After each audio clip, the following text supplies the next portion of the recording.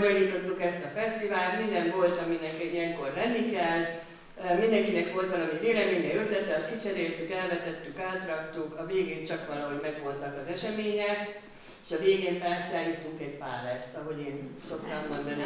Ez a lényege az eseménynek, amikor egyszer csak vége van annak a napnak. Csodálatos élmény volt, nekem magamnak is, aki szerkesztettem, mert Johannékkal nyilván közösen, mert amikor valóságosan megtörténik a színpadon, vagy akár a kis zsinagógában, ami egy csodálatos szakrális tér, ha lehet ezt így fogalmazni, akkor az mégiscsak olyan, mint a gondolat, ami megvalósul. És annál szebb dolog, én már elmondtam ezt, hogy azért én ezt 40 éven művelem ezt a dolgot, tehát elég sok alkalmam volt, szerencsésnek mondhatom a szakmai életemet, mert elég sok lehetőségem volt a rácsodálkozásra, de hál' Istennek ez még nem vezet ki. Még mindig rá tudok csodálkozni, és azt kívánom önöknek, akik esetleg végigkövették ezt a pár napot, hadd kérdezzem már meg, hogy van-e olyan, aki végigkövette ezt a pár napot? Igen. Az elég rendes. Köszönöm.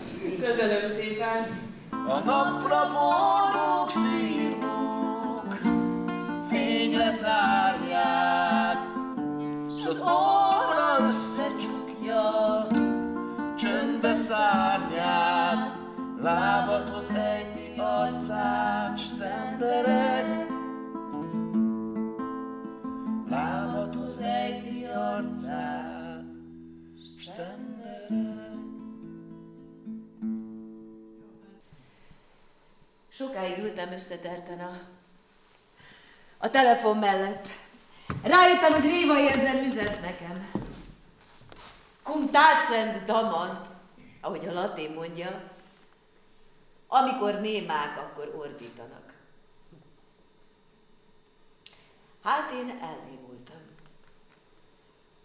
Kerek 10 esztendőre. Ez volt az én válaszom.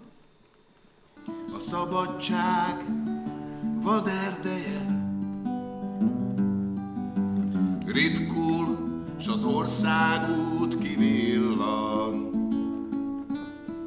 hogy bújnám még a fák között,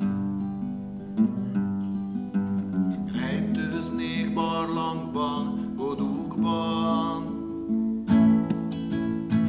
Segíts, ha itt hagyom az erdőm, s nem véd szelíd vadállat ág. Megint elér az emberi, embertelen világ. Irgalmatlan esztendeimben egyetlen irgalom. Ő rettegő napalomon, rettegő álmomon. Köd bubol a hegy ormán. Nem tudom, mit akar. Valami jön. De mikor jön? Sokáig vagy hamar? Te minden veszteségen átfénylő diadal, erősebb, mint a törvény, mint minden ravatal, ki élethelyet voltál életemet, tébolyban egyetlen értelem, kiásd el.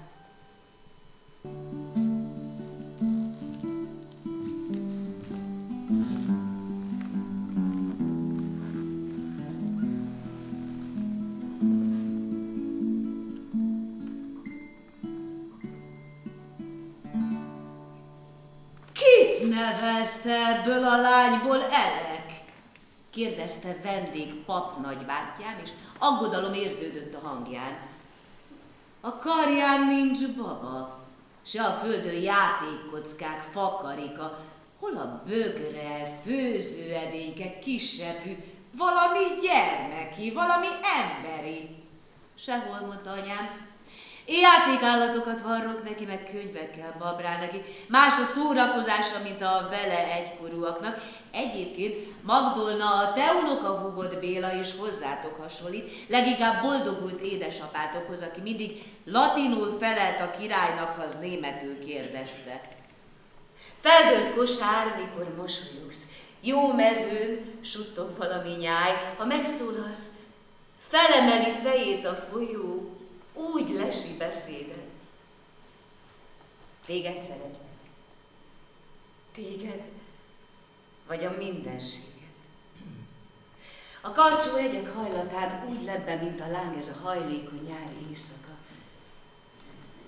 A ház, haza. A frutírköntöst húztam fel vízes testemre, úgy léptem ki a hálószobába. Ezekben a napokban minden beszélgetés, amit bárkivel folytattam, gyötrelem volt. Egész testem tiltakozni kezdett. Nem szabad felvenni a kagylót. Ne tegyem. A csengő nem békélt. Csak álltam, néztem a telefont. Nem nyúltam utána, még csak világossá nem vált, hogy az, aki keres, nem fogja abba hagyni. Egy biztos, hogy a színház illata, a színház varázsa, az magával ragadott. Az volt a kérdés, hogy beszélni fogok, vagy táncolni.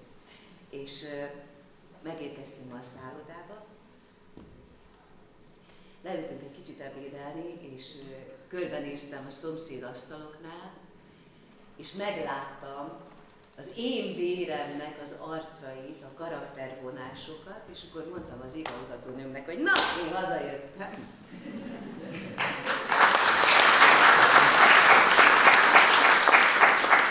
Család mit gondolt arról, hogy színésznő szeretne?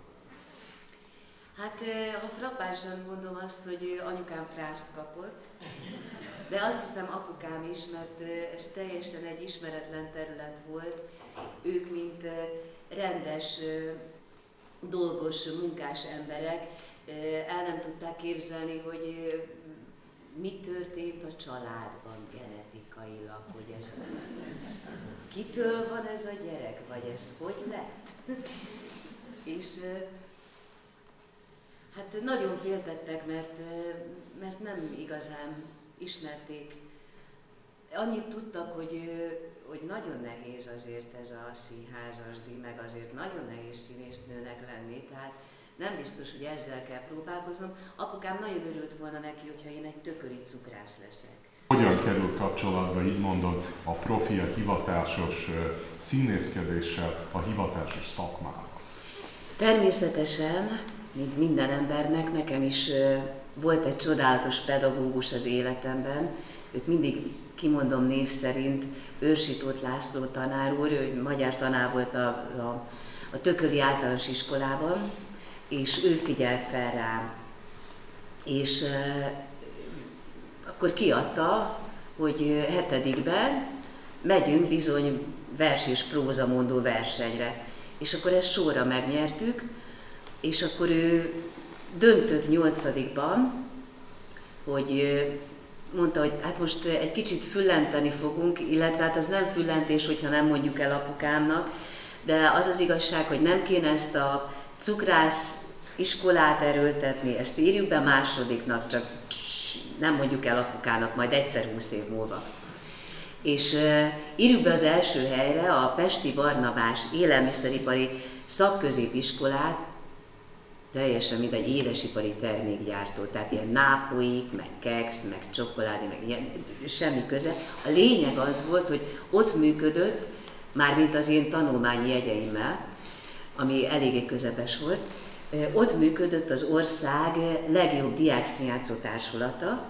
A Kosztolányi anyukája és a Csárgéza apukája, meg az én anyám testvérek voltak itt Szabadkán. Úgyhogy ez a családi...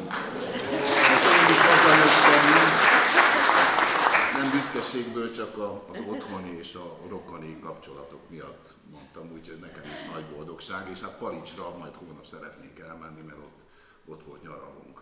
Csuda dolog volt ez a monarchia, ugye? Igen, bizony, úgyhogy sajnos már nem él itt senki, de néha ellátogatunk Palicsra és sétálunk egyet a tóparton. És a vízilabda és az egyéb, édesapám sportoló volt, és én nekem is kötelező volt sportolnom, én vízilabdáztam. Szolnokon az volt, én szolnoki vagyok, és Szolnokon akkor 6-szoros bajnok csapat volt, és aztán én is egész jó eredményeket elértem, egy 6-szoros válogatottságig, és magyar kupa győzelemig a Szolnokkal, úgyhogy... Egész. Igen, és a másik oldal, ez a bizonyos Decsi-Milasin vonalot pedig egy orvosdinasztia volt, és kötelező volt az orvosira menni, mert nem voltam annyira ostoba, így 18 unokatestvérem volt, anyámék 8-an voltak testvérek, és akkor, amikor én érettségiztem, akkor nagyapa rám parancsolt, úgyhogy ezért lettem aztán orvos, fogorvos. A költészet és a zene az pedig magától jött, úgyhogy én így lettem az, aki lettem, és hát azóta ezeket a dolgokat igyekszem.